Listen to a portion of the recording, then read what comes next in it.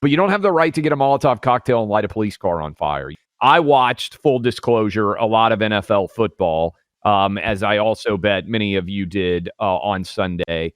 But I wanted to make sure that I saw every minute of J.D. Vance, every minute of Erika Kirk, and every minute of Donald Trump as the keynotes for a day of memorial for Charlie Kirk. It was, I thought, an incredibly well-done event. We've got several different cuts to play, but I imagine you also were watching a lot of this during the course of your Sunday, perhaps unburdened by any concern about NFL football as well. You might have had it on the entire day. You are accurate in your assumptions there. Yeah, Carrie in particular wanted to watch really almost the whole thing, I think. I mean, it was on for hours. I did a bit of babysitting, and so I wasn't able to give it my undivided attention because Speed is adorable but fussy sometimes. But I did get to watch. I watched Trump's speech. I watched Erika's speech. J.D. Vance, Stephen Miller, who I thought gave in his own Stephen Miller way, spectacular speech. It's very much a rallying cry, very much about the fight for the future that Charlie would want us all to engage in and stay focused on. But it was an incredible event and a fitting tribute to a remarkable young man, a remarkable conservative father, husband, and American. So it really came together very well. Let's play what I thought was the most unbelievable, resonant moment of a day filled with many of them. And that was Erika Kirk, who what an incredible job she did last week on the Friday, within 48 hours of her husband's assassination. But then to come out and perform in front of this crowd in such a way that she did is frankly extraordinary. And I thought the moment, and this is the cover of the New York Post today, this is the clip that is circulating more than any other, is Erika Kirk forgiving Charlie's assassin. Here is cut one. My husband, Charlie, he wanted to save young men just like the one who took his life. On the cross, our Savior said, "Father, forgive them, for they not know what they do." That man, that young man, I forgive him.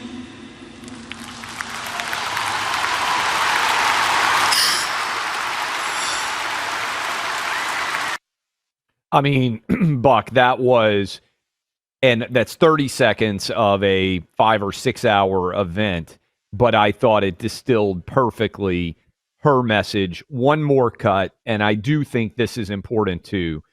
After Charlie Kirk's assassination, not one person that I have seen who was a Charlie Kirk supporter has been arrested for an act of violence, for lashing out, looting, rioting in any way. And Erika Kirk pointed that out. Cut two. After Charlie's assassination, we didn't see violence. We didn't see rioting.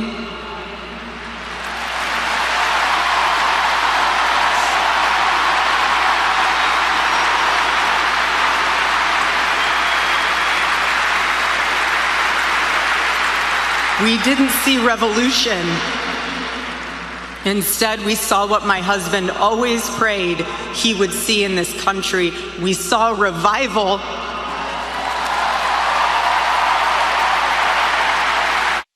I thought those two clips perfectly distilled the entire day. Buck, anything else stand out to you? And I'm sure that you were as blown away by Erika Kirk, who is not a professional politician, who is not a professional speech giver. And the fact that, to me, she was the most compelling of anyone that took the stage yesterday. It was what I think all expected it to be in terms of the power and the emotion of the gathering. You had not just the president himself, but every top White House advisor, top Republicans, people who all wanted to pay tribute to Charlie and to Turning Point and to the movement that he has created. And I just think that this solidified, if anybody had any questions, and I think there are people do have anxieties about, oh my gosh, will the work continue? Will we stay in the fight? I think that this memorial, this service for Charlie, with almost 100,000 people in attendance, answered those questions and then some, and showed that this is going to be a life's work that is celebrated. It's obviously incredibly sad, and we think about his wife and his children and his family, and that pain is still very much there. But Charlie accomplished so much in his 31 years that it will continue to inspire Americans, and I think have incredibly positive effects on the country for not just years but generations to come. And that's what greater tribute for the movement and the work that he did could you have than that? I also think it's time for us to, in the event that we have these riots and this looting, you always hear, looting and rioting is the voice of the voiceless, all these things. No, it's just an excuse to steal things. And there is no emotion. If all of these people can see what happened to Charlie Kirk, killed in cold blood, the video widely distributed everywhere, a 100% innocent person engaged in a free speech event, and the response to that is a revival, church-like event, then I think any argument that in any way, this is what they try to say on the left, oh, it's justified, it's the voice of the voiceless, all the things that they trot out there. I hope that in the future, when there is a scintilla of violent acts, that people are better than what Tim Walz was, because I think if Minnesota, frankly, had a governor with a spine, I think they would have stopped the rioting instantaneously in Minneapolis. I think if they had, it would not have spread everywhere else.